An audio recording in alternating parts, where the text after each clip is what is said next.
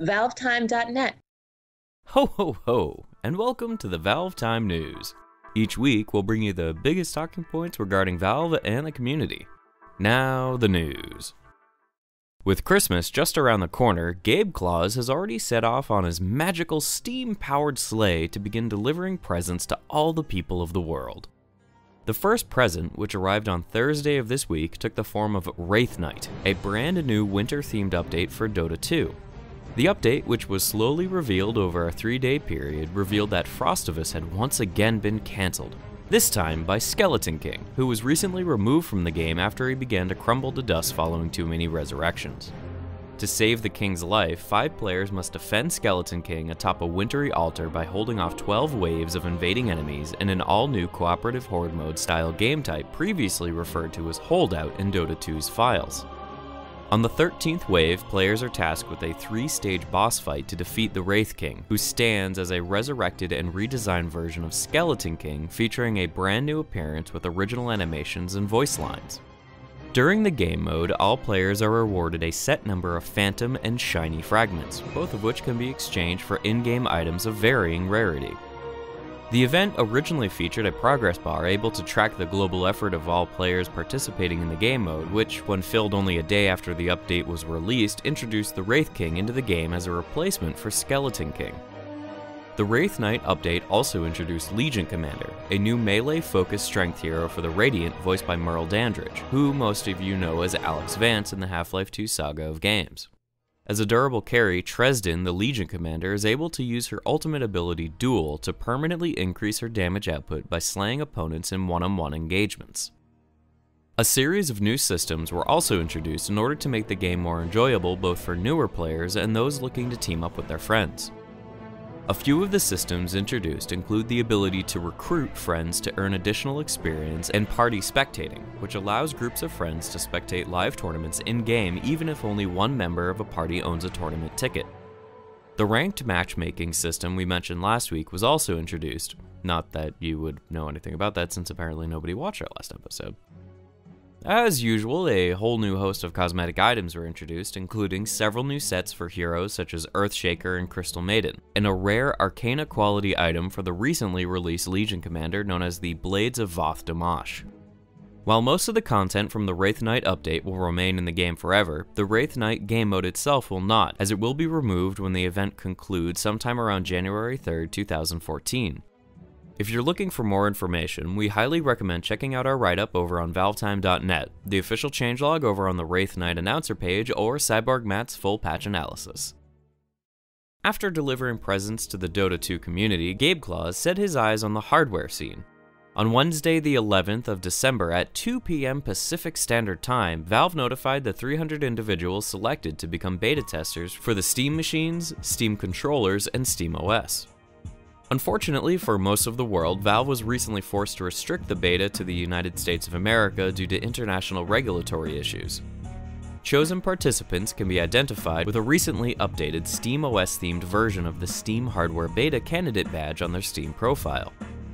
2 days later, on December the 13th, Valve shipped the 300 Steam machine and Steam controller devices out to the participants, an event which coincided with the first public release of SteamOS. The operating system, which is currently in beta, is entirely open source and based on Debian 7.1, which allows it to feature a standard Linux desktop alongside the full-screen Steam interface we all know as Big Picture mode. Since the OS is currently in beta, it is currently restricted to a certain set of hardware requirements, including a 64-bit processor, at least 4 GB of RAM, a 500 GB hard drive, a functioning USB drive, and an NVIDIA graphics card. Those of you with Intel or AMD graphics setups can rest easy, however, as Valve have confirmed that the support for both formats is coming soon. Don't be tempted to rush straight ahead over to the Steam website and download the operating system for yourself, however, as installing SteamOS in its current form will erase all data on the computer during the installation process. So it is probably safer to wait until the system is tweaked sometime next year before trying to create a dual boot setup for your Windows PC. Don't get too discouraged though, as Valve have mentioned that SteamOS is definitely not a finished product ready for a non-technical user, so it isn't exactly a good idea to download or install the system unless you're an experienced Linux user or hacker. However, if you're looking to install the operating system to try it out, be sure to read the full FAQ over on the official SteamOS page before attempting to download either the default or custom installation files. Congratulations to all the lucky beta participants, and good luck to the early adopters of SteamOS. If you have already tried out SteamOS, be sure to let us know what you think of the system in the comments below. If you're a little worried about Gabe wearing himself out flying around the world on his magical lambda-shaped sleigh, fear not, as the bearded gift giver took some time off last Monday to quite literally get down with the kids to talk with students on the Code.org YouTube channel during a live-streamed event. The event lasted just over 28 minutes and saw Gabe answer questions from a number of students regarding a whole load of stuff and things, including topics such as programming, the rate of technological development, teamwork, education, and texting in class, believe it or not. While the audio quality isn't the best, it's an interesting watch and we highly recommend checking it out if you have the time. For this week's discussion, leave a comment below letting us know what single question you would ask Gabe given the chance. Please try to ask something original, as it's likely the comment section will get pretty boring pretty quickly if everyone just posts 100 questions about Half-Life 3. While this week was a little quiet for Counter-Strike news, the game's development team did release a new blog post to the website entitled The Overpass and Cobble Process. In the post, the team discusses how they went about redesigning the classic DE Cobble in order to bring it up to date for Counter-Strike Global Offensive while also improving the level's core gameplay and making it viable for competitive 5v5 play in the professional scene. A few key tweaks mentioned in the post include an improved sense of scale, additional elevated routes, and a redesigned area for Bomb Site B. The post also covers a second map known as Overpass, which is currently being developed as an all-new map unique to Counter-Strike Global Offensive. As a bomb defusal map, Overpass primarily takes place within an open canal in a public park, apparently featuring fast-paced gameplay in a European setting. The blog post features numerous high-resolution screenshots of both upcoming maps and more information about the procedures the team are taking to ensure Cobble and Overpass end up being as high quality as possible. Sadly, the post doesn't provide us with any detailed information about when the maps may be released, but we'd still recommend checking out the blog for yourself if you're interested in the future of CSGO.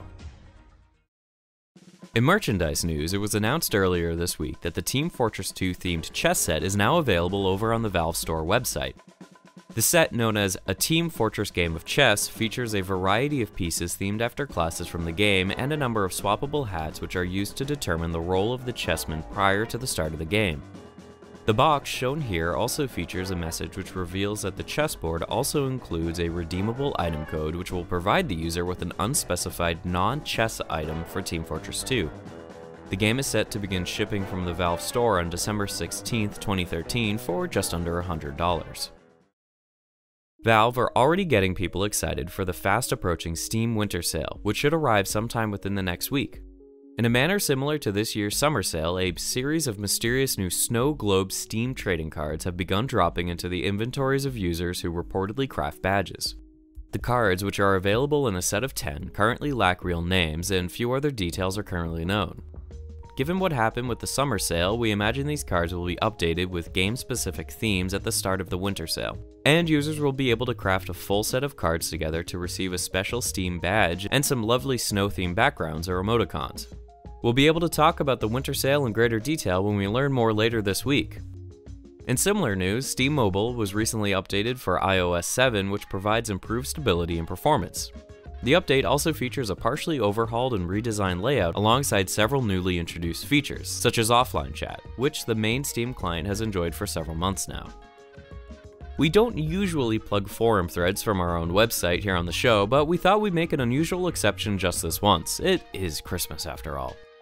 We recently opened the sign up for this year's ValveTime Secret Santa, which for those who weren't aware has run annually every Christmas for the past 5 years as our own special little celebration.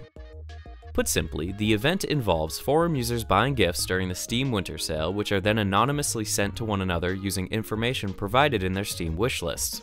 It's usually a pretty fun event, and we're hoping to get as many people as possible involved. If you're a member of our user forums, be sure to head on over to the sign-up thread available in the video description to find out all about the various rules everyone needs to follow in order to make the event run as smoothly as possible. If you're not a member of our user forums, what are you doing with your life? Head on over and sign up. Links to both the Secret Santa sign-up page and the discussion thread will be posted in the video description alongside relevant links to everything we talked about this week, including full write-ups on ValveTime.net, announcement pages, update changelogs, and more.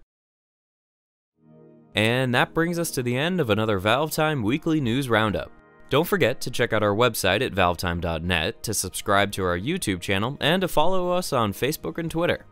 Our Dota 2 announcer pack is also still available on the Steam Workshop, and we'd really appreciate it if you could head on over and rate it positively. Thanks for watching, and bye for now.